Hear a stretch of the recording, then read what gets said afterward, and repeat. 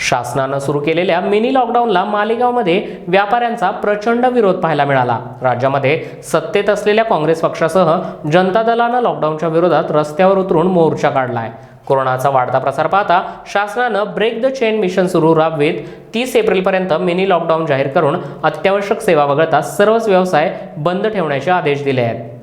या आदेशाला मालेगावमध्ये प्रचंड विरोध पाहायला मिळाला। राज्यामध्ये सत्तेत असलेल्या महाविकास आघाडीतील काँग्रेस पक्षानं माजी आमदार रशीद शेख यांच्या नेतृत्वाखाली मोर्चा काढून सरकारला घरचा आहेर दिलाय। काँग्रेस भवनपासून निघालेल्या मोर्चात शेकडो काँग्रेस कार्यकर्ते आणि व्यापारी सहभागी झाले होते। पोलिसांनी डॉक्टर बाबासाहेब आंबेडकर यांच्या पुतळ्याजवळ मोर्चा अडवला, तर जनता दलानं देखील पेरी चौकात लॉकडाऊन विरोधात आंदोलन छेडलं। जनता दलाचे कार्यकर्ते पोलिसांना निवेदन देण्यासाठी जात असताना जनता दलाचे शहर सचिव मुस्तकीम डिग्नेटी यांच्यासह किदवाई रोडवर पोलिसांनी अटक केली आहे। यावेळी कार्यकर्त्यांनी जोरदार घोषणाबाजी केली, त्यामुळे काही काळ तणावाचं वातावरण निर्माण झालं होतं। पोलिसांना जमाव पांगवण्यासाठी बळाचा वापर करावा लागला होता। सरकार जरी आमचं असलं तरी लॉकडाऊनमुळे छोटे आणि हातावर पोट असणाऱ्यांची उपासमार होते आहे। जनता दलानं या लॉकडाऊनमध्ये छोट्या व्यापाऱ्यांना सूट द्यावी अशी मागणी केली। आंदोलनामध्ये शेकडो कार्यकर्ते आणि व्यापारी सहभागी झाल्यानं सोशल डिस्टन्सिंगचा पुरता फज्जा उडाला, तर कोरोनाचे नियमही पायदळी तुडवले गेले।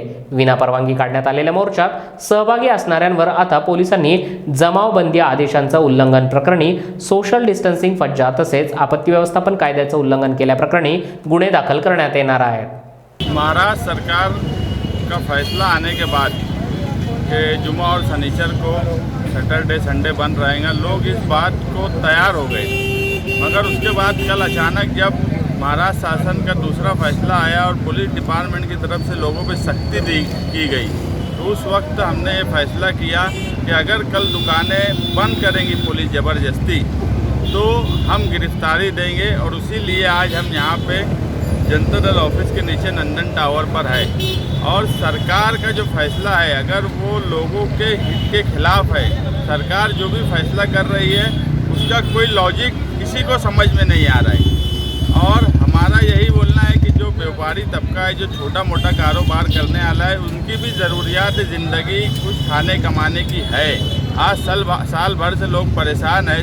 इन्होंने एसेंशियल गुड के नाम से जो जो चीज़ें उसमें शामिल की, हमने कोई बहुत ज़्यादा डिमांड नहीं रखी है हमारी, और यही बोले कि 3 से 4 चीज़ें उसमें अगर सिर्फ बढ़ा दी जाए, एक तो कपड़ा बेचने की, चप्पल जूते, और जो छोटा मोटा चश्मा टोपी इन सब चीज़ों की हौरजरी, सिर्फ इतनी चीज़ें अगर बढ़ा दी जाए तो जो छोटा मोटा कारोबार करने वाले हैं उनको भी कहीं ना कहीं उससे राहत मिल जाएंगी। आज हालात ऐसे हैं कि जहाँ पर इलेक्शन है, आज मुल्क में इलेक्शन कमीशन की भी कई गाइडलाइन है। ऐसा नहीं कि अगर बंगाल, आसाम, तमिलनाडु में इलेक्शन हो रहा है तो वहाँ कोरोना की गाइडलाइन नहीं है, लेकिन उसके बाद भी आज सारी दुनिया, सारा हिंदुस्तान देख रहा है कि उस गाइडलाइन पर अमल बजावनी डिपार्टमेंट या पुलिस बहुत सख्ती से नहीं करती।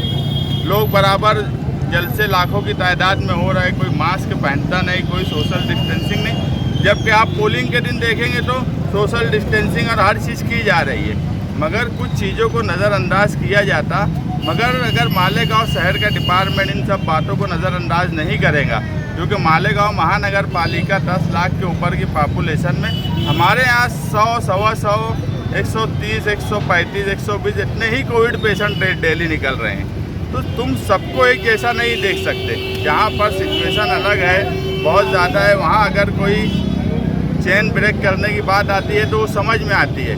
आज हमारे साथ ऐसा हो गया कि हम इंसानियत में मरे जा रहे हैं। मालेगांव के लोग, हमारे यहाँ आसपास के जितने शहर हैं, सबका इलाज मालेगांव अपना बड़ा दिल करके कर रहा है। वो सहारा हॉस्पिटल हो या सिविल हॉस्पिटल हो, हमें उस पर कोई ऑब्जेक्शन भी नहीं। मगर वो सब करने के बाद आज अगर सहारा हॉस्पिटल को आप देखेंगे तो सहारा हॉस्पिटल के कोविड सेंटर हो सकता है क्या? आज 200 मरीज वहाँ पर हैं, सारे आसपास के शहर के हैं, और नीचे सब दुकानें हैं, वहीं से बाजू से रोड है, कोई मैदान नहीं है। बाकी हर शहर में शहर के बाहर कोविड सेंटर बनाए गए।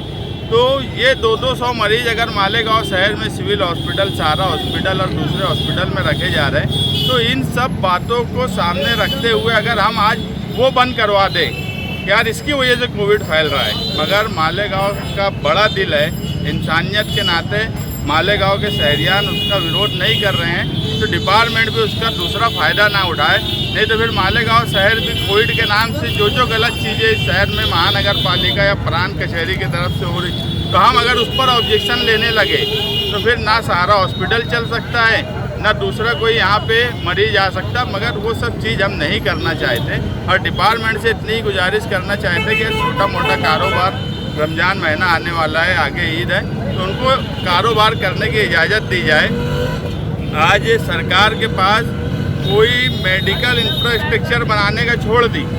आज सरकार ये बोलती है कि अब प्राइवेट हॉस्पिटलों में भी इलाज किया जा सकता है। आज प्राइवेट हॉस्पिटल की पोजीशन क्या है, ऑक्सीजन की कमी, ये वो सब चीज़ें छोड़ दी गई और अर्थव्यवस्था को भी संभालना है। तो जब इस तरीके की बात आप बोलते हो, ये सरकार एक बात ये साफ कर दे कि कहीं से ये कोरोना इस पीरियड में ख़त्म हो जाएगा, ऐसी भी कोई पॉलिसी, कोई गाइडलाइन सरकार के पास नहीं है। ऐसे हालात में जब तुम एक बार बोलते हो कि यार जब तक दवाई नहीं तब तक ढिलाई नहीं, अब तुम्हारे पास दवाई भी है तो भी तुम ढिलाई नहीं करने देते। तुम्हारे पास अर्थव्यवस्था संभालने का जो गवर्नमेंट ने जीआर निकाला उसमें लिखा है कि व्यापारी तबके की अर्थव्यवस्था को भी संभाला जाए। अब जब सारी दुकानें 24 घंटा तुम बंद कर देने वाले हो तो व्यापारी तबके की अर्थव्यवस्था कैसे संभाली जा सकती? गवर्नमेंट में जो लोग बैठे हैं वो किस तरीके का रूल और कायदा बनाकर आवाम में भेज रहे हैं, ये हमारी समझ के बिल्कुल खिलाफ है। तुम एक तरफ इस तरह की बात बोलेंगे कि गवर्नमेंट के अर्थव्यवस्था को भी सही करो, व्यापारी का भी नुकसान नहीं हो, तो कैसे नुकसान नहीं हो इसकी कोई गाइडलाइन नहीं दी जाती। और इस तरीके का विरोध करने के लिए हमारे सामने यही तरीका था कि हम गिरफ्तारी दें। अभी भी अगर पुलिस दुकानें बंद करने आएंगी तो सबसे पहले मैं गिरफ्तारी देने यहाँ खड़ा हूँ, और अगर उन्होंने दुकानें बंद करने नहीं आए तो हम खुद सिटी पुलिस स्टेशन जाकर उनको निवेदन देंगे। और यही हमारी गुजारिश रहेगी कि आज जिस तरह पुलिस ने नज़रअंदाज किया, जिस तरह इलेक्शन की गाइडलाइन को बकिया स्टेट में नज़रअंदाज किया जा रहा है, उसी तरह पुलिस डिपार्टमेंट, कॉरपोरेशन और प्रांत कचहरी, मालेगांव शहर और भी जहाँ के लोग इस डर और खौफ से निकले हुए हैं कोरोना के, वहाँ डर और खौफ पैदा करने के बजाय वहाँ पर उस गाइडलाइन को नज़रअंदाज करना चाहिए। ये गुजारिश लेकर हम जाएंगे, और अगर दुकानें बंद करने की कोशिश की गई तो हम गिरफ्तारी देने के लिए यहाँ 144 कलम लागू है। आप यहाँ धरने पे बैठे गए थे, क्या आपको ऐसा नहीं लगता कि शासन के खिलाफ हम चल रहे? शासन के खिलाफ तो चल ही रहे ना, लगता क्या नहीं। ऐसा है कि शासन का जो फैसला है, आज मुझे बताओ, ये विरोध पूरे महाराष्ट्र में हो रहा है, सिर्फ मालेगांव में हो रहा है ऐसा नहीं है। आज मालेगांव शहर में कल जब जेल भरो आंदोलन की बात की गई तो और भी कई शहरों से मुझे फ़ोन आए या मेरी मालूमात आई कि वहाँ भी विरोध हो रहा है शासन का। अब मैं यही बात बोल रहा हूँ कि शासन का फैसला कैसा है कि शासन खुद लोगों को जमा करने का मौका दे रही है, और जब ऐसे हालात आएंगे तो 144 शासन का फैसला सही होता तो हम विरोध क्यों करते? हम तो सरकार के फैसले के खिलाफ विरोध कर रहे हैं। शासन हमारा है कांग्रेस, शिवसेना, राष्ट्रवादी का। ये आवाज बढ़ रही है, अरे नीचे लो ना, नीचे बढ़। शासन भले ही हमारा है, और हमारे ही शासन ने महाराष्ट्र के अंदर लॉकडाउन किया। अभी पिछले 1 महीने से शनिवार रविवार का लॉकडाउन चल रहा था। पब्लिक वहाँ तक बर्दाश्त करने के लिए तैयार थी, क्योंकि 2 दिन कारोबार बंद रख करके 4 दिन कारोबार चल के उसकी रोटी रोजी चल रही थी। परसों के दिन शाम तक ऐसा चल रहा था कि मिनी लॉकडाउन लगेगा। पब्लिक की और आम जनता की और गरीब कारोबार करने वालों की समझ ऐसी थी कि ये पिछले टाइम में जैसा एक दुकान छोड़ के एक दुकान बंद रहती थी, शायद इस तरीके से रहेगा मिनी लॉकडाउन का मतलब। लेकिन अचानक इसको घोषित कर दिया गया लॉकडाउन, जिसके अंदर होटल के अंदर पार्सल मिलेगा, खजूर की दुकान, फ्रूट की दुकान, भाजी पाला, दूध, मेडिकल, दवाखाना, बेकरी, ऐसी चीज़ सिर्फ वो चालू रहेगी। लेकिन मालेगांव शहर ऐसा शहर है कि आकर्षक का शहर है, मजदूरों का शहर है, बहुत सारे हज़ारों लोग ऐसे हैं जो देहातों के अंदर जा कर के मोटरसाइकिल पे साइकिल पे जा कर के अपना रोटी रोज़गार कमाते हैं रोज का। बहुत सारे लोग जो है आकर्षकों के ऊपर रेडीमेड, बहुत सारे लोग ऐसे हैं कि बनियान वगैरह का बिजनेस करते हैं। बहुत सारे लोग ऐसे हैं कि प्लास्टिक का धंधा करते हैं। बहुत सारे जो है चश्मा पट्टा छोटा मोटा ऐसा अनेक धंधे हैं जो मालेगांव के लोग करते हैं। कोई सेवा अचानक लॉकडाउन होने से लोगों के सामने पेट पानी का सवाल आ गया।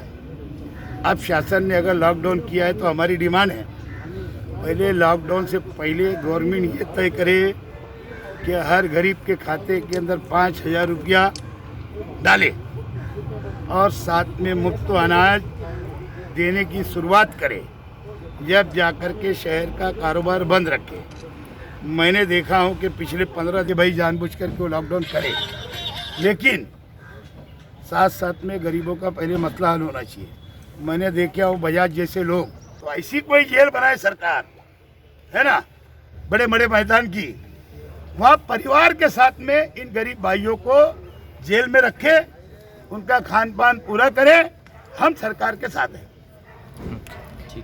सर टोपे साहब ने कहा था मास्क लगाओ, सोशल डिस्टेंस का पालन करो, फिर भी ऐसा होता नहीं। लसीकरण के बारे में उन्होंने बोला, फिर भी उतना नहीं हो रहा है, क्या कहेंगे आप? लसीकरण का तो बहुत सारे लोग ऐसे लसीकरण ले रहे हैं, यानी मतलब जो वैक्सीन ले रहे है ना, तो बहुत सारे लोग तो मैं देख रहा हूँ अभी कारपोरेशन के बहुत सारे यंग लड़के भी अगर वैक्सीन लिए तो बीमार पड़ जा रहे।